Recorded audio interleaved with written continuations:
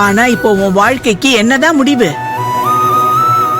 இந்நேரம் உன் அம்மா உயிரோட இருந்திருந்தா நான் இந்த அளவுக்கு கவலைப்பட மாட்டேன். நீ சொல்ற மாதிரி பொறுமையா இருப்பேன். ஆனா அம்மா இல்லாத பொண்ணுன்னு உன்னை யாரும் ஏமாத்திட கூடாதுங்கிற பயம் இருந்துகிட்டே இருக்கு. பயப்படாத பாட்டி. ஆதி ரொம்ப நல்லவன். அவன் சின்ன வயசா இருக்கும் போது அவங்க அப்பா அவங்க அம்மாவை விட்டுட்டு போயிட்டாரு. அதனால அவனும் அதே தப்பு செய்யக்கூடாது, அம்மாவை மீறி போயும் கல்யாணம் பண்ணிக்க கூடாதுன்னு நினைக்கிறான் பாட்டி. இதுல இருந்தே அவன் எவ்வளவு நல்லவன்னு புரிஞ்சுக்கோ பாட்டி. நாங்க 2 பேருமே தெளிவா இருக்கோம்.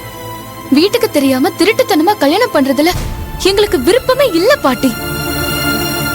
ஆதி குடும்பத்துல சந்தோஷமா எல்லாருமே என்னை ஏத்துக்கிட்டா தானே அவங்க வீட்டுக்கு போய் நான் நிம்மதியா இருக்க முடியும். அவங்க எல்லாரையும் என் சொந்தமா உறவா ஆக்கிக்கணும்னு தான் நான் நினைக்கிறேன் பாட்டி.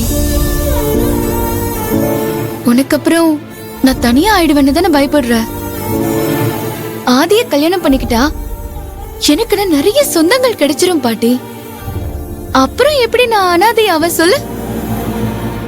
நீயும் மதியோட அப்பா மாதிரி எங்க மேல நம்பிக்கை இல்லாம நடந்துக்காத. இல்ல, எங்க 2 பேருக்குமே ஒருத்தர் மேல ஒருத்தர் எந்த பயமோ சந்தேகமோ இல்ல. நாங்க தெளிவா இருக்கோம். ஆதி எனக்கு மட்டும் இல்ல, யாருக்குமே துரோகம் பண்ண மாட்டான். நான் பயப்படுறதெல்லாம் மதியோட நிலைமைய நினைச்சுதான் பாட்டி. நான் உன்னை நினைச்சு பயப்படுறேன், நீ உன் ஃப்ரெண்ட நினைச்சு பயப்படுற. நானும் உங்க 2 பேரையும் என்னாலான முயற்சி எடுத்து ரிஜிஸ்டர் ஆபீஸ் வரைக்கும் கொண்டு போயிட்டேன். அதுக்கப்புறமும் ஒன்னும் நடக்கலைனா நான் என்னதான் பண்ணுவேன்? அந்த கடவுள் என்னதான் நினைக்கிறானோ தெரியலையே.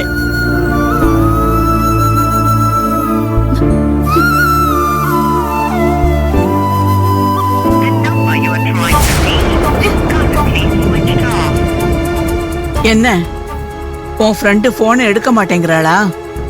ஆமா பாட்டி, அவளை அவங்க அப்பா ரொம்ப கொடுமைப்படுத்திட்டு போறேன்னு பயமா இருக்கு. இதுக்கு நான் ஒரு தடவை போய் பாத்துட்டு அதெல்லாம் ஒண்ணும் வேண்டாம். ஏற்கனவே உன்னை தேடி வந்ததுனாலதான் அவ அப்பன் தகராறு பண்ணா. இப்ப நீ அவளை பார்க்க போனா அவ்வளவுதான். அவன் இஷ்டத்துக்கு பேசுவான், மறுபடியும் மதிய போட்டு அடிப்பான். பரவாயில்லையா? உன் ஃப்ரெண்டு உன்னால மறுபடியும் அவ அப்பா கிட்ட அடி வாங்கணுமா? ஐயோ வேண்டாம் பாட்டி, என்னால மதிக்க எந்த பிரச்சனையும் வந்துடக்கூடாது. அப்படின்னா பேசாம இரு.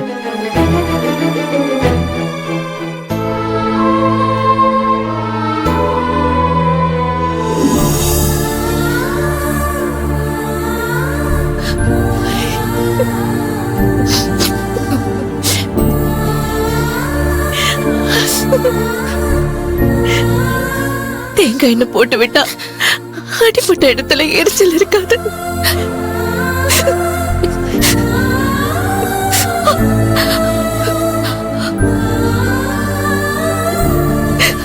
ஆரம்பத்துல எனக்கு தானே இப்படிதான் எண்ணெய் பூசி இருக்க.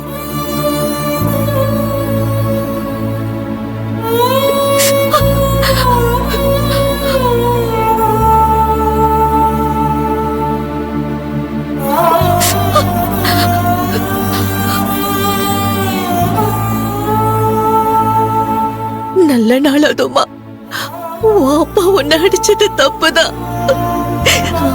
அதுக்காக அதையே நினைச்சு கவலைப்பட்டுக்கிட்டு இருக்காத. நீ இந்த குடும்பத்துக்காக உழைக்கிறவ. தப்பான எண்ணத்துல ரெஜிஸ்டர் ஆபீஸ் போயிருக்க மாட்டேன்னு நான் நம்புறேன். உன்ன மாப்பிள்ளை வீட்டுக்காரங்க வர நேரம் ஆயிடுச்சு. எழுந்து முகத்தை கழுவி ரெடியாகும் மதி. மாப்பிள்ளை வீட்டுல வந்ததும் அவங்க வாங்கி வச்சிருக்கிற பட்டு புடவைய வாங்கி கட்டிக்கலாம். இங்க பாரு மதி, நீ இப்படி முகத்தை வச்சுக்கிட்டு இருந்தா மாப்பிள்ளை வீட்டுக்காரங்க சந்தேகப்படுவாங்க. நம்ம வீட்டுல நடக்கிறதெல்லாம் அவங்களுக்கு தெரிஞ்சா ரொம்ப தப்பா நினைப்பாங்கடி. இந்த கல்யாணம் நல்லபடியா நடக்கணும் மதி. உன் முகத்தை கொஞ்சம் சந்தோஷமா வச்சுக்கோடி. முகத்தை சந்தோஷமா வச்சுக்கிற அளவுக்கு நீங்க வச்சுக்கலையம்மா. அப்பா என் மனசையும் காயப்படுத்திட்டாரு, உடம்பையும் புண்ணாக்கிட்டாரு. நிலைமையில நான் எப்படிம்மா சந்தோஷமா இருக்க முடியும்? எனக்கு நடக்க போற நிச்சயம் என் நல்லதுக்குன்னு எனக்கு தோணல. ஏதோ கெட்டது நடக்கிற மாதிரி தான் தோணுது. மதி மதி, அப்படியெல்லாம் அபசகுனமா பேசாத மதி. கொஞ்சம் பொறுமையா இருந்து நல்ல விதமா கல்யாணத்தை பண்ணிக்கிட்டு போயிடே. அப்போ நீயும் இந்த வீட்டை விட்டு துரத்துறதுலதான் புரியா இருக்கல. என்னால வேற என்னடி பண்ண முடியும்? நீ போன் அடிக்குது, எடுத்துட்டு வாடா.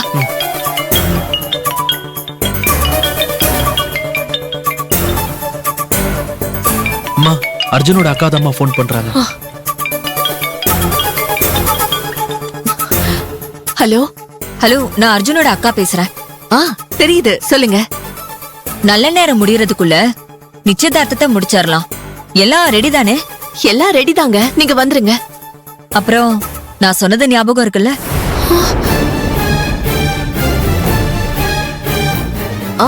ஞாபகம் இருக்கு. நிச்சயதார்த்தம் நடக்கிறதுக்கு முன்னால நீங்க மதிக்கு போட வேண்டிய நகைய நீங்க ஒரு தடவை என்கிட்ட காட்டிருங்க. அப்பதான் என் மனசுக்கு திருப்தியா இருக்கும். நாளைக்கு இதனால ஒரு மனஸ்தாபம் வந்துடக்கூடாதுல்ல, அதுக்காக தான் சொல்றேன். சரிங்க. அப்புறம் இன்னொரு முக்கியமான விஷயம். நான் நகைய பாக்கணும்னு கேட்ட விஷயம் அர்ஜுனுக்கு தெரியவே கூடாது. இத பத்தி அவன்கிட்ட எதுவும் சொல்லாதீங்க. சரிங்க.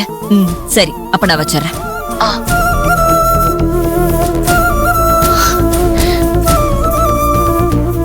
என்ன நகையை கேக்குறாங்களா? ஆமாண்டி. மாப்பிள்ளையோட அக்கா திரும்ப திரும்ப நகைய பத்தியே கேட்டுக்கிட்டு இருக்காங்க. அந்த அம்மா நிச்சயதார்த்தத்துக்கு முன்னால நகைங்களை பார்த்தே ஆகணும்னு சொல்றாங்க. நான் என்ன பண்ணுவேன்? எல்லா நகையையும் என் அண்ணன் கிட்ட அடமானம் வச்சுட்டேன். எப்படியாவது அவரு கையில கால விழுந்தாவது நகையெல்லாம் வாங்கிட்டு வந்துடலான்னு கேட்டா என் அன்னிக்காரி அவரை தடுத்துட்டா. இப்ப மாப்பிள்ளையோட அக்காக்கு என்ன பதில் சொல்ல போறேனே எனக்கு தெரியலடி. ஏமா, நகை இல்லங்கிற விஷயத்த சொல்லி இந்த நிச்சயத்தை எப்படியாவது தள்ளி போட சொல்லுமா, ப்ளீஸ்மா.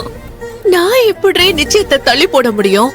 எதுவா இருந்தாலும் உங்க அப்பா மனசு வைக்கணும்டே. நானா இப்படி ஒரு காரியத்தை பண்ணா அவர் என்ன கொன்னே போட்டுடுவாரு. அப்படின்னா இந்த விஷயத்தை பத்தி அப்பா கிட்ட பேசுமா. நகையை கேக்குறாங்க, அத காட்டினாதான் நிச்சயம் நடக்கும்னு சொல்லு. அப்ப நிச்சயத்தை தள்ளி வச்சுதானே ஆகணும்.